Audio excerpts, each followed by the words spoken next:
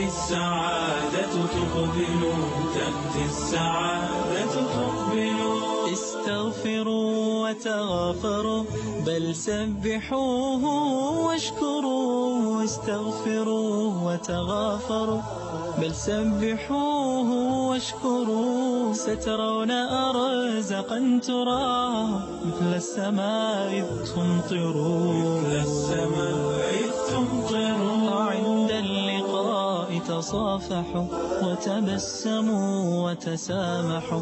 عند اللقاء تصافحوا وتبسموا وتسامحوا. باب القلوب له افتحوا. باب القلوب له افتحوا. باب القلوب له افتحوا. من أفضل الأعمال الصالحة التي يتقرب بها العبد إلى الله عز وجل الصلاة على النبي، على الحبيب صلى الله عليه وآله وسلم. من أفضل الأعمال وأزكاها عند الله عز وجل، بل لعظم هذا الإنسان سيد ولد آدم يوم القيامة، فإن الله عز وجل جعل الصلاة عليه من أسباب رحمة الله جل وعلا. الله الجليل العظيم القوي العزيز الحكيم يصلي على النبي صلى الله عليه وسلم، وصلاة الله على خلقه ثناؤه عليهم، أي الله عز وجل يثني على نبينا محمد صلى الله عليه وسلم. ما بالنا نحن لا نصلي عليه؟ إن الله وملائكته يصلون على النبي يا أيها الذين آمنوا صلوا عليه وسلموا تسليما. من أراد شفاعة النبي صلى الله عليه وسلم فليكثر من الصلاة عليه. كل الأنبياء يوم القيامة يقولون نفسي نفسي، إلا نبينا يقول أنا لها. يسجد بين يدي ربه عز وجل فيقول الله له ارفع رأسك، سل تعطى، اشفع تشفع. فتبدأ شفاعة حبيبنا صلى الله عليه وسلم، يبدأ يشفع لأمته. من أحب أن يشفع له يوم القيامة فليقل دوما اللهم صل على محمد وعلى آل محمد، اللهم صل على محمد وعلى آل محمد. من صلى علي صلاة، شوف الفضل الثاني الآن، من صلى علي صلاة صلى الله عليه بها 10. والله لو كانت واحدة لكفت. لو كنا نصلي على النبي 1000 مرة فيصلي الله علينا مرة لكان هذا فضل عظيم. لكن أن تصلي على رسول الله مرة فيصلي الله عز وجل عليك بها 10 مرات، أي فضل هذا؟ من جاء بالحسنة فله 10 أمثالها. وأعظم حسنة صلاة الله عز وجل على خلقه. جاء رجل إلى النبي صلى الله عليه وآله وسلم، شوف من حب الصحابة لرسول الله، يريد الرجل أن يطلب من ربه طلبا، حاجيات، دعاء، يرفع يديه يسأل الله عز وجل أن يقضي حوائجه ويفرج همومه. فقال يا رسول الله أجعل لك في صلاتي، يعني في دعائي، 1/4؟ قال إن شئت. من منا اليوم إذا دعا الله 10 دقائق، 2.5 هذا هو 1/4 يجعلها في الصلاة على النبي؟ من يجعلها؟ لو دعا الله 4 دقائق يجعل دقيقة كاملة في الصلاة على النبي؟ القليل. قال إن شئت. قال أجعل لك من صلاتي الثلث، يعني أكثر؟ قال إن شئت. قال أجعل لك في صلاتي النصف، نصف الطلب والدعاء صلاة عليك والبقية أطلب ما أشاء من الدنيا. قال إن شئت. الرجل ماذا قال؟ قال أجعل لك صلاتي كلها، يعني أرفع يدي فقط أصلي على النبي صلى الله عليه وسلم. قال إن فعلت هذا الأمر في قلبك أشياء لكنك استعذت بها بالصلاة على النبي، قال إن فعلت تقضى حاجتك ويكفى همك. إن الله وملائكته يصلون على النبي يا أيها الذين آمنوا صلوا عليه صلوا عليه وسلموا تسليما. كلما ذكر النبي صلى الله عليه وآله وسلم من حبنا له نصلي عليه. كان الصالحون إذا سمعوا حديث النبي صلى الله عليه وسلم أو قيل لهم قال رسول الله صلى الله عليه وسلم، الواحد منهم إذا كان مضطجعا يقوم يجلس يقول أستحي أن يذكر رسول الله وأنا مضطجع. وكان ابن سيرين رحمه الله، محمد بن سيرين، إذا ذكر النبي عنده خشع لأنه يذكر من؟ حبيبه صلى الله عليه وسلم. والبخيل، يقول النبي صلى الله عليه وسلم، البخيل الذي إذا ذكرت عنده فلم يصلي عليه. ودعا جبريل على هذا الإنسان، قال يا رسول الله، شقي من أمتك من إذا ذكرت عنده فلم يصلي عليك، قل آمين. فقال النبي آمين. هذا رجل شقي، إنسان محروم، يذكر عنده النبي صلى الله عليه وسلم ولا يصلي عليه، بخيل محروم. بل اسمع لهذا الحديث الخطير، يقول النبي صلى الله عليه وسلم: خطئ طريق الجنة من نسي أن يصلي عليه، خطئ طريق الجنة، أي كأنه لا يعرف كيف يدخل جنة عرضها السماوات والأرض. اللهم صل على محمد وعلى آل محمد كما صليت على إبراهيم وعلى آل إبراهيم إنك حميد مجيد. اللهم بارك على محمد وعلى آل محمد كما باركت على إبراهيم وعلى آل إبراهيم إنك حميد مجيد. هذه إحدى الصيغ التي علمها النبي صلى الله عليه وآله وسلم أصحابه في الصلاة عليه. ولعل أقلها في الكمال أن يقول الإنسان اللهم صل على محمد وآل محمد. ومن صلى على النبي صلى الله عليه وآله وسلم في يومه وليلته 10 مرات حلت له الشفاعة يوم القيامة. نعم، نحن نحب النبي صلى الله عليه وسلم أكثر من أنفسنا، أكثر من أموالنا، أكثر من أولادنا، أكثر من الناس جميعا، ولهذا نصلي عليه. وسخر الله عز وجل ملائكة سياحين في الأرض وظيفتهم يوصلون السلام إلى رسول الله الآن والنبي صلى الله عليه وآله وسلم ميت. من سلم عليه سلاما، لو قلنا السلام عليك يا رسول الله، فإن هذا السلام يصل إليه في قبره، تصله الملائكة، ويرد الله عز وجل إليه الروح. صلى الله عليه وسلم يرد الله عز وجل إليه الروح، ثم يرد النبي السلام على أمته. هذا أحد الشيوخ العلماء الدعاة المعروفين في هذا العصر، أصيب بمرض فاضطر لعملية. العملية بعد يومين ما نجحت، وصار في نزيف في الداخل، فجاءه الأطباء وقد اجتمعوا بعد الفحوصات. كل المستشارين قالوا لابد من عملية أخرى، ما في حل، لابد من عملية أخرى لأن الوضع يتدهور. قال لا بأس، وافق. قال الأطباء جهزوا غرفة العمليات، وخرجوا من عنده وكانت عجوز تقم الغرفة. فقالت لهذا الشيخ عجوز، قالت صل على محمد وآل محمد. فقال الشيخ اللهم صل على محمد وآل محمد. قبل أن يدخل في غرفة العمليات أعيدت الفحوصات مرة أخرى، فتبين أن الشيخ سليم ليس به بأس. قضاء الحاجات، تفريج الكرب، أحد أسبابها الصلاة على النبي. لله عز وجل ملائكة تصلي على العبد طالما يصلي على النبي، فإن توقفت، فليقل العبد أو ليستكثر. اللهم صل على محمد وآل محمد.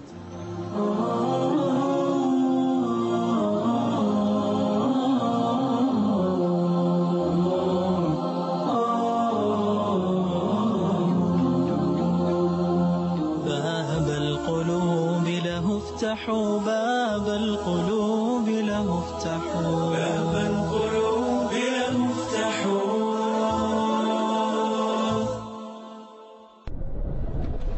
رمضان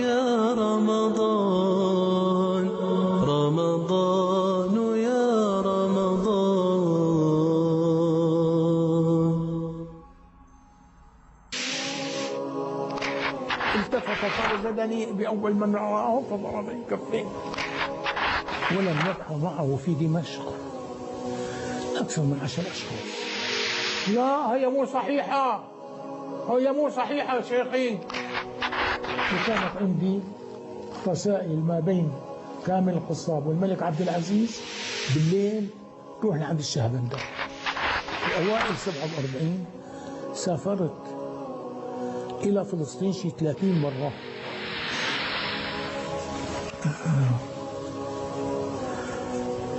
شو نقول انتصرنا؟ ذكريات حصريا على قناة دليل في رمضان.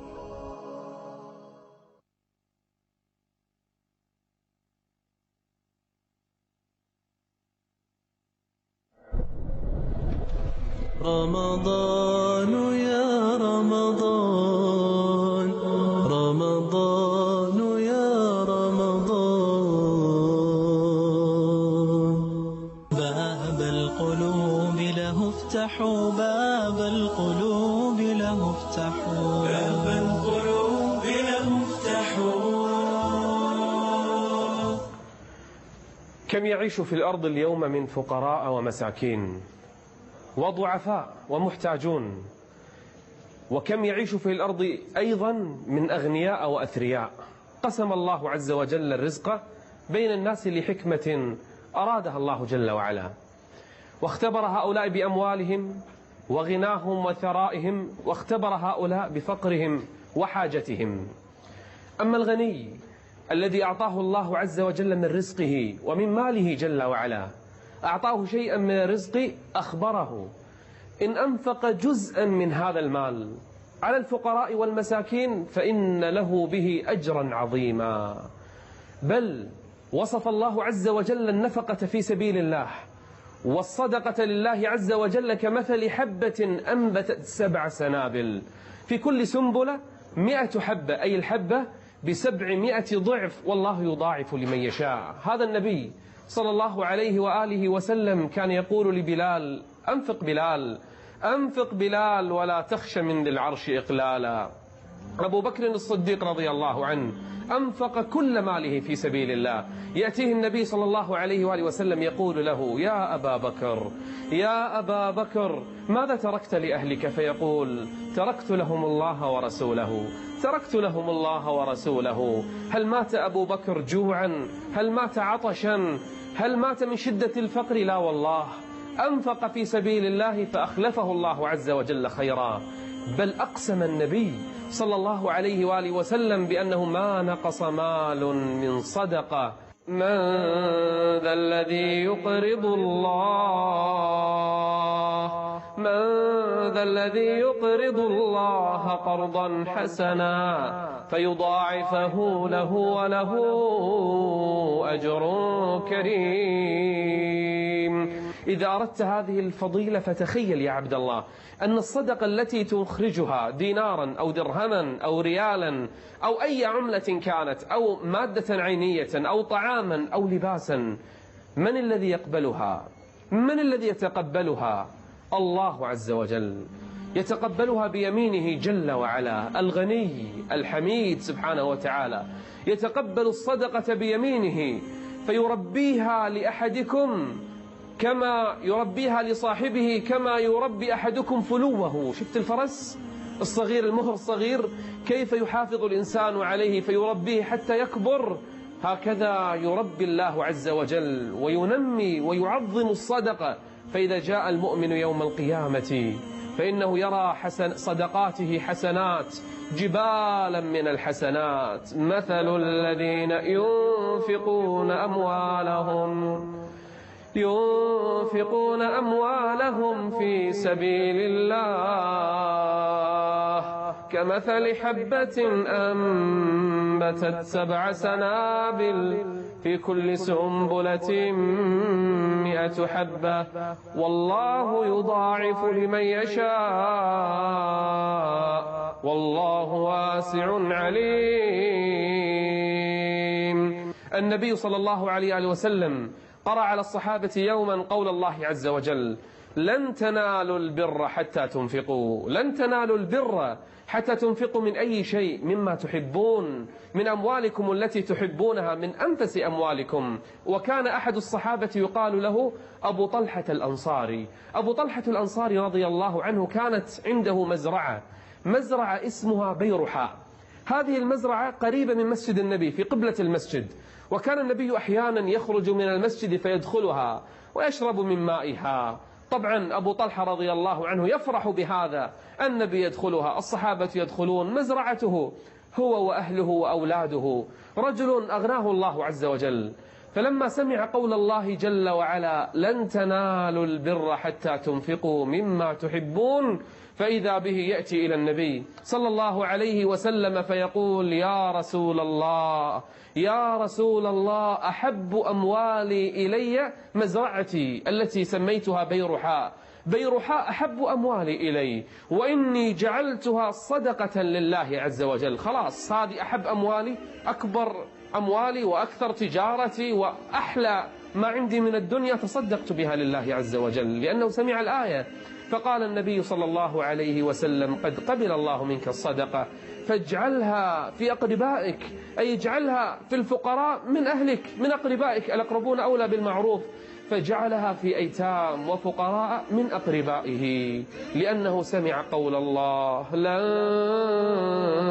تنالوا البر، لن تنالوا البر حتى تنفقوا مما تحبون. أحيانا ترى بعض الناس تحسبهم أغنياء، يلبسون كلباسنا، يمشون مثلنا، ربما إذا رأيتهم ظننتهم أغنياء لكنهم في الحقيقة فقراء متعففون. هكذا نسأل عن الفقراء، نبحث عنهم. ربما يكون في بيوتهم يستحون أن يطرقوا باب غني، يستحون أن يخبروا الناس عن فقرهم. أغناهم الله عز وجل غنى النفس، لكنهم في الحقيقة فقراء. لنبحث عنهم، لنفتش عن الفقراء بين الناس.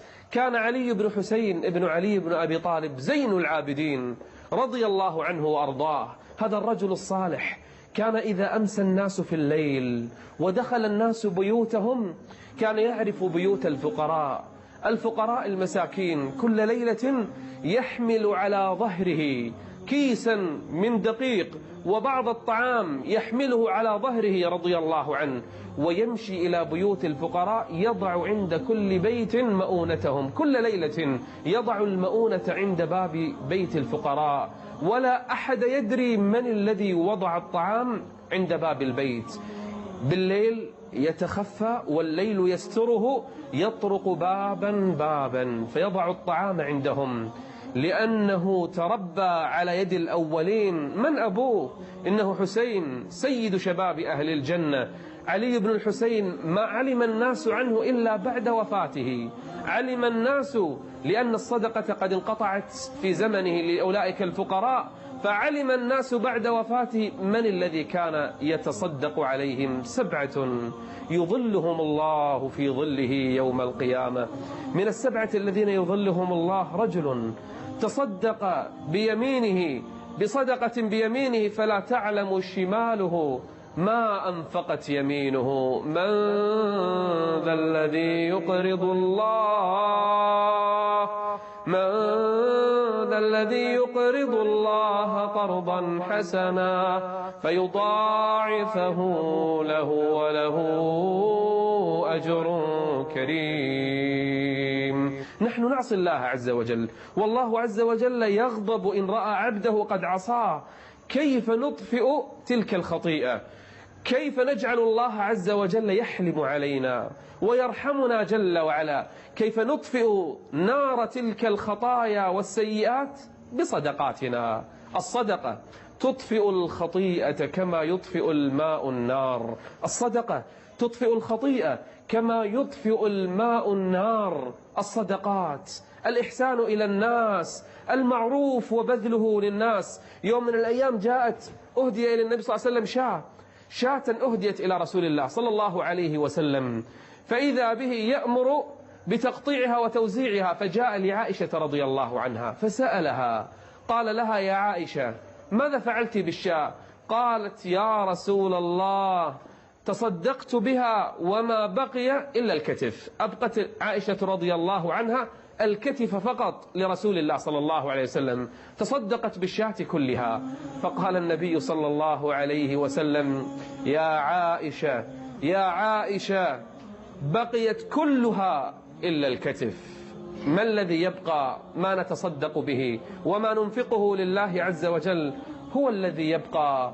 أما المال الذي ننفقه على حاجياتنا وعلى أنفسنا فإنه لا يبقى، فإنه يفنى هذا المال، ولا يبقى إلا ما ننفقه وندخره عند الله عز وجل. فضيلة، وأي فضيلة!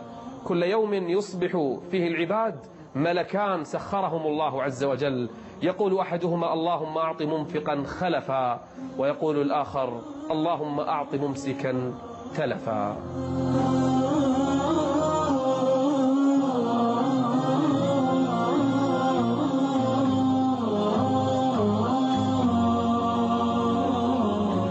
باب القلوب له افتحوا، باب القلوب له افتحوا، باب القلوب له افتحوا.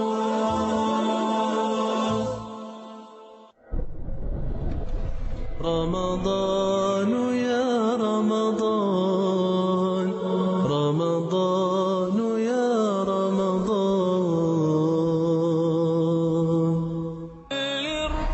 رمضان فرصة عظيمة لتزكية النفوس وتطهير القلوب. سنعيش مع رسول الله صلى الله عليه وسلم وأحواله في رمضان. سنتعاون بإذن الله على بعث الهمم وشحذ العزائم لاستباق الخيرات. هذا البرنامج تربوي دعوي روحاني. المستشار الدعوي. أوراق الوفاء وعلى الأوراق نبل الغاية، فعلى كفيه أوراق. هذا البرنامج برعاية شركة السليمان العقارية.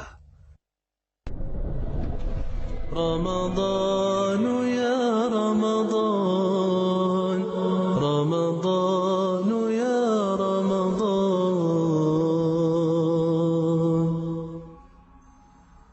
باب القلوب له افتحوا، باب القلوب له افتحوا، باب القلوب له افتحوا.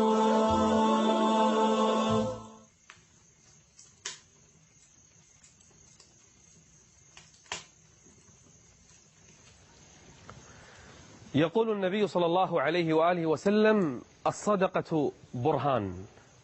برهان على أي شيء؟ على الإيمان، أن الإنسان مؤمن بأن لها فضلا فيتصدق. برهان على أن الإنسان أو العبد مؤمن بأن المال مال الله، هو الذي أمرني وحثني على الإنفاق فأنفقت. برهان على قوة الإيمان وعلى شدة اليقين. برهان. ولهذا الله عز وجل لما دعا المنافقين للإنفاق أمسكوا، بل ما أنفقوا إلا وهم كارهون. أما غير المؤمنين فما أنفقوا أصلا. قال الله جل وعلا: ها أنتم هؤلاء تدعون لتنفقوا في سبيل الله فمنكم من يبخل، ومن يبخل فإنما يبخل عن نفسه والله الغني وأنتم الفقراء. الله عز وجل ليس بحاجة لأموالنا التي نتصدق بها، لكن هو يريد لنا الخير، يريد الله عز وجل لنا الأجر العظيم. لهذا يحثنا على الإنفاق، على التصدق. كان أبو بكر الصديق رضي الله عنه في مكة، كان عنده بعض المال، ماذا يصنع بأمواله؟ يأتي إلى بلال الذي يعذب ويضرب ويهان في سبيل الله عز وجل، فيشتريه من صاحبه من مالكه بأغلى ثمن. يدفع أبو بكر، ينفق ماله، يذهب ماله في سبيل الله عز وجل، فيشتري بلالا فيعتقه، يأتي إلى مملوك آخر، إلى عبد آخر، إلى أمة، إلى أولئك الذين يعذبون في بداية الإسلام، ينفق أبو بكر من ماله فيشتريهم ثم يعتقهم لوجه الله عز وجل، حتى والد أبي بكر أنكر عليه ولم يكن أسلم في ذلك الوقت، ما أسلم إلا بعد الفتح. قال: يا أبا بكر، ماذا تصنع لو أنك اشتريت أناسا أقوياء ينفعونك بعد أن تعتقهم؟ قال: يا أبي، أنا ما فعلتها لأجل هذا. قال: إذا ولم تصنع هذا؟ أبو ما يعرف. قال: إنما أفعلها لوجه الله عز وجل. فأما من أعطى واتقى وصدق بالحسنى فسنيسره لليسرى. يقول أحدهم: كلما ضاق معاشي وكلما ازدادت مصروفاتي وراتبي علمت أنه لن يكفيني لآخر الشهر، يقول كلما حصل هذا تصدقت. قيل له: ولما؟ قال: لأنني أعلم أنني إذا تصدقت سيخلفني الله عز وجل المال نفسه وزيادة، وسيبارك الله فيما بقي من أموالي. خذ من أموالهم صدقة تطهرهم وتزكيهم بها. أي أن هذه الصدقات التي نخرجها من أموالنا تطهر ما بقي من المال وتبارك فيه وتنميه. كم من إنسان محتاج تصدق فأغناه الله جل وعلا. هذه سنة كونية شرعية. يمحق الله الربا ويربي الصدقات. لما دعا النبي صلى الله عليه وآله وسلم في إحدى الغزوات الصحابة للتصدق وللإنفاق في سبيل الله قبل المعركة، إذا بهم يتصدقون من فضلهم، ما عندهم، اللي عنده شوية طعام أخرجه، اللي عنده بعض الدراهم أخرجها، اللي عنده أي شيء، حتى أن بعضهم ما عنده إلا تمرة يتصدق بها في سبيل الله. فرآهم من؟ المنافقون، فأخذوا يستهزئون، يقولون لبعضهم الذي ما يملك شيئا: الله غني عن صدقاتك، ما وجدت إلا هذه التمرات، ما وجدت إلا هذا الشعير، ما وجدت إلا هذه الدراهم، الله غني عنك. يثبطونه. وإذا رأوا غنيا من أغنياء المسلمين يتصدق بالكثير من الأموال أيضا استهزأوا به، قالوا: أنت مرائن، أنت لست بمخلص، أنت تريد السمعة والشهرة.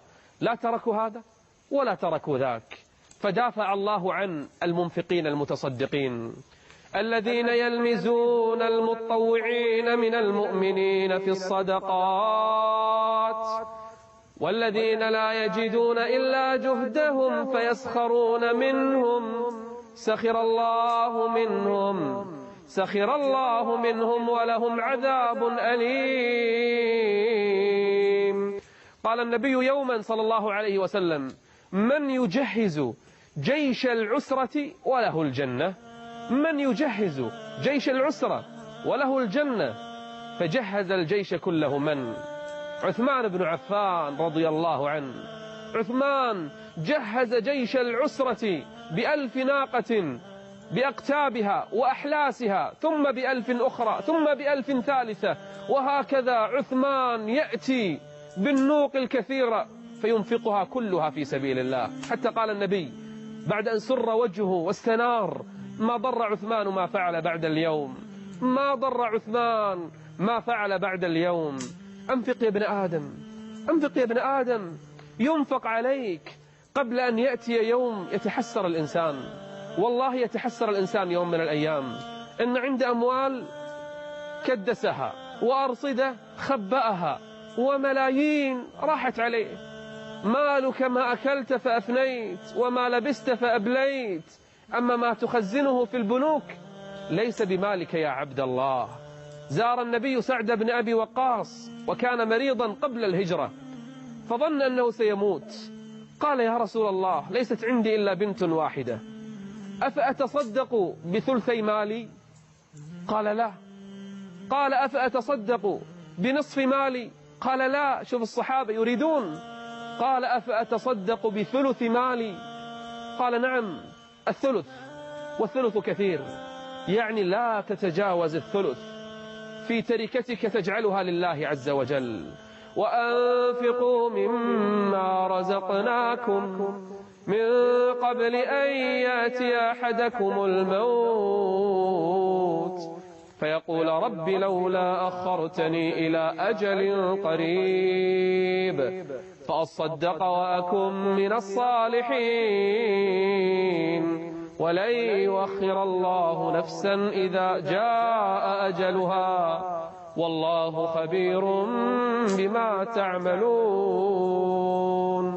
نريد رحمة الله بالصدقات، نريد الظل يوم القيامة بالصدقات، نريد أن نطفئ غضب الرب عز وجل علينا بالصدقات، نريد أن يبارك الله في أموالنا بالصدقات، نريد أن نداوي مرضانا، داو مرضاكم بالصدقات، نريد أن ندفع مصارع السوء بالصدقات، فصنائع المعروف تقي مصارع السوء والصدقة برهان.